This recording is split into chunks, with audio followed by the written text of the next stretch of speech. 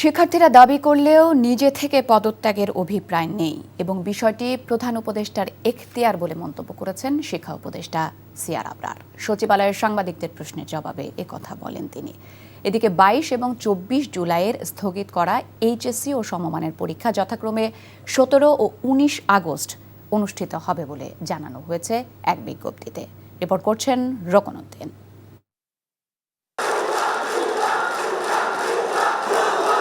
শিক্ষা উপদেষ্টা এবং সচিবের পদত্যাগ সহ কয়েকটি দাবিতে মঙ্গলবার সচিবালয়ের ভেতরে বাইরে বিক্ষোভ করেন শিক্ষার্থীদের অনেকে, যার অন্যতম ছিল রাষ্ট্রীয় শোকের দিন মঙ্গলবার এইচএসসি ও সমমানের পরীক্ষা স্থগিতের সিদ্ধান্ত কেন রাত ৩টায় জানানো হয়েছিল। বুধবার সচিবালয়ের শিক্ষা উপদেষ্টার কাছে সাংবাদিকরাও জানতে চান একই বিষয়ে। এইটা একটা সিদ্ধান্ত যেটা হুট করে নেওয়া যায় না এবং হুট করে নেওয়ার এখতিয়ারও কারণ নেই এককভাবে। তো সেখানে সেই প্রক্রিয়া যেরকমভাবে পরীক্ষা কন্ডাক্ট করার জন্য একটা রোল ডাউন করতে হয়, আবার পরীক্ষা যদি না হয় সেটা আবার রোল ব্যাক করার কিন্তু একটা বিষয় রয়েছে। সিদ্ধান্ত যখন হলো যে এটা আমরা পেছাবো, সেটা নির্দিষ্ট সময় হয়েছে এবং পরবর্তীকালে এটা জানিয়ে দেওয়া হয়েছে। মঙ্গলবার বিক্ষোভ চলাকালেই মাধ্যমিক ও উচ্চশিক্ষা বিভাগের সিনিয়র সচিব সিদ্দিক জোবায়েরকে অব্যাহতির ঘোষণা দেয় সরকার।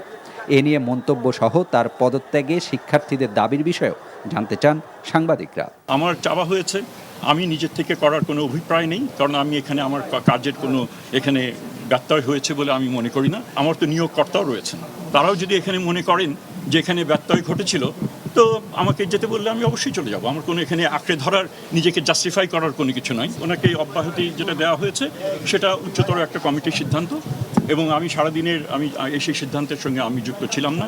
কেন দেওয়া হয়েছে সেটার উত্তর আমি দিতে পারব।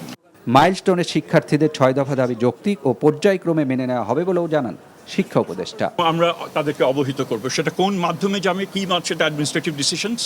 এদিকে চলমান এইচএসসি ও সমমানের 22 জুলাইয়ের স্থগিত হওয়া পরীক্ষা 17 আগস্ট এবং 24 জুলাইয়ের পরীক্ষা 19 আগস্ট নেওয়া হবে বলে জানানো হয়েছে শিক্ষা বোর্ডের পক্ষ থেকে।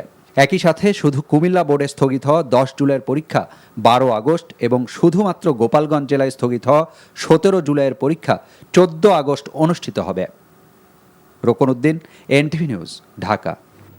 বান্ডেল থাকলে প্রতি সেনমানিতে টাকা বাঁচবে। বিকাশ সেনমানি বান্ডেল কিনে জিতুন প্রতি লেনদেনে।